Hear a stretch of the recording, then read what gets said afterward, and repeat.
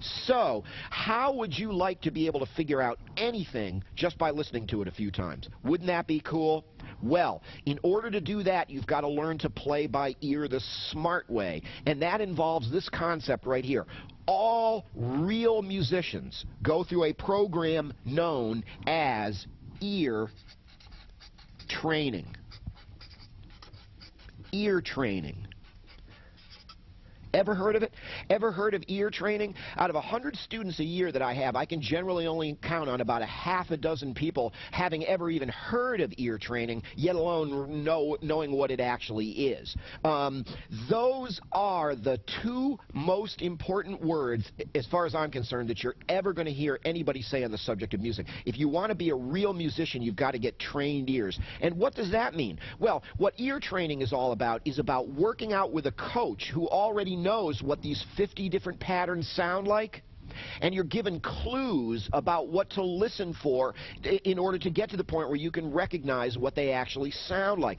All of these 50 patterns sound like something, and they sound different from the other 49 patterns as surely as the word cat sounds different than the word dog. And with a certain amount of work, you can get to the point where you know what all of your 50 patterns sound like, and then it's not a matter of stumbling around trying to figure out what that song is. The stuff comes out of the speaker, and you're going, oh, I know that chord. Oh, I know that scale. Oh, I know that riff. Just like you're learning from me in the English language right now because I'm speaking to you, right? And you're going, oh, I know that word. Oh, I know that word. Oh, I know that word. Oh, I know what this guy's trying to say. Imagine if you could do the same thing with music. You put the disc in, hit the play button. Oh, I know that chord. Oh, I know that riff. And then the only thing finally that you have to know then is you have to know the finger patterns so that you can play that stuff yourself.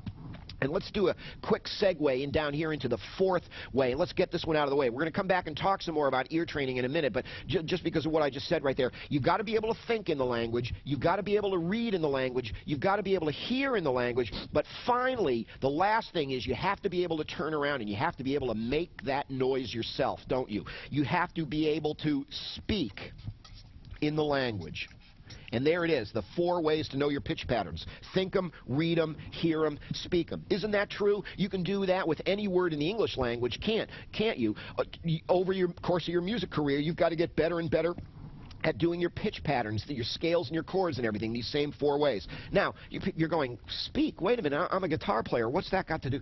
Speak? What do you mean? Well, this is number 4 down here. The 4th way that you have to know your patterns in any language is you have to be able to speak them. Now, this one's a little abstract. Let me suggest that whenever you speak in a language, you use some kind of machine.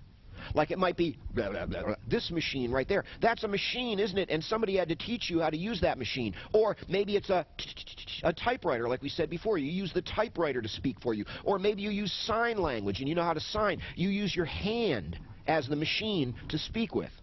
Well, it's just in music, we use one of these kinds of machines to speak with. And particularly since you're here to learn how to play the guitar, let me suggest that the way that you learn to make your machine speak for you is you learn how to manipulate the machine with your fingers.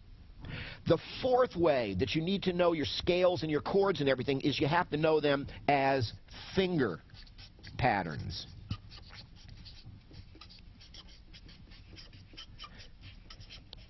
And, you know, that's what an awful lot of people think that's all there is to playing the guitar, is learning more and more of these different finger patterns. That, in many of you, that's the way that you've been doing it so far. You've been buying these chord books and stuff, and you've been learning where to put your fingers and all. But that's really not where it's at, you know what I mean, in the language. That's just like the typing part of the language, you know, but as we said before, the typewriter doesn't write the book, does it? You write the book with the command of the language in your mind, but then, yes, you've got to know about your fingers patterns, too, in order to make your machine speak for you. You have a lot of practicing to do. You're going to have plenty of exercises and scales and stuff that you're going to need to learn how to play on your guitar. That's the finger pattern stuff. That's speaking in the language, but let's go back up here. We got to finish up our thoughts on this ear training. Remember, I said this is the 2 most important words you'll ever hear me say. Most people have never even heard of ear training, and that's so weird, once again, because, you know, like I say, there's like real musicians, and then there's people that are just kind of like pretend musicians. Now, I'm not saying you have to go to music school to be a real musician, but it sure as heck doesn't doesn't hurt. And of course, to go to music school, you've got to read. And the other thing that people don't understand is ear training. Most of us who have never even heard of ear training is the second required course at music school. And it's so funny that most people have never even heard of it. Ear training is the second required course at music school, right behind music theory. Everybody seems to understand that they're going to go to music theory class and learn about those alphabet letters and those sharps and flats and all the conceptual stuff about music. What so few people understand is probably around 11 o'clock your theory course is going to be dismissed and you're going to go down to room 204, and that's going to be the ear training lab, and you're going to spend several hours in there with your ear training coach. Now, get yourself trained ears, and here's all the amazing things that will open up for you. First of all, you will be able to listen learn. That is, any song you want to play, you'll just be able to listen to it a few times, and you'll figure out how to play it. Now, it's a skill. It takes some time to acquire, but if you work at it, you'll be able to do it. The second thing you'll be able to do is you'll be able to compose music. Everybody wants to know how to write songs. Well, the best way, there's people who don't really have trained ears, although I shouldn't say that because everybody in this modern era has trained ears to a certain degree, because the mere act of listening to music is actually a form of ear training. But if you ever really want to get to the point that you can compose your own music, you really have to get your ears trained, and we'll be talking about that more as the program goes on. Finally, the third thing, and one of the coolest things that you'll be able to do if you get trained ears, is you'll be able to improvise. People go, really? And I go, yeah, that's almost completely where improvisation comes from, and I'm going to show you that in just a second. But before I do, let me give you a couple of little more examples of how ear training works. Ear training, as I said, is you work out with a coach who gives you clues about how to recognize what these different patterns sound like. Remember, I said they all sound different from one another, just like the word cat sounds different than the word dog. And I'll give you your first example of that right now so you can see what I'm talking about. You've got these 20 different chords that you have to learn, and you have to learn them 4 different ways. Think them, read them, hear them, speak them. You've got to learn what they sound like. You've got to recognize them by ear. Here's your first little ear training clue. There's a lot of different types of chords, but I'm oversimplifying a bit, but they all seem to fall into one category or another. There's all these there's all these chords over here that are called major chords. Some of you already know about this. And there's these other chords over here that are called minor chords. How do you tell by ear the difference between a major chord and a minor chord? There's a lot of subtle things that you listen for about the various notes that are in them, in other words, and other things like that. But one really cool thing to realize is that they just sound different and they make you feel differently. Here's your first clue for recognizing the difference between major chords and minor chords. Most people would agree that major chords sound happy and minor chords sound sad.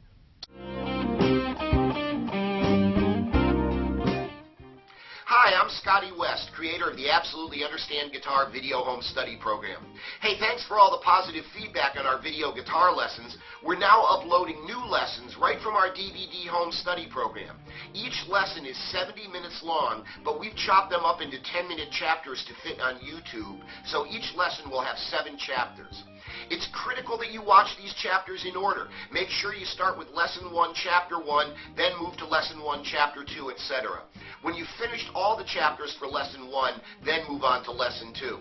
Hey, some of this stuff you might already know, and some of it's a little dry. You're going to wonder, do I really need to know this stuff? The answer is yes. Each one of these chapters contains little gems of information that nobody's told you yet, and these are the missing pieces that are preventing you from seeing the big picture. Don't cheat yourself out of these valuable realizations. Stick with the program. Also, consider our complete DVD home study program. Our high-resolution DVD video is much better than these fuzzy little YouTube clips, and you'll also get all our cool printed material, too. So good luck with your music and enjoy the lessons.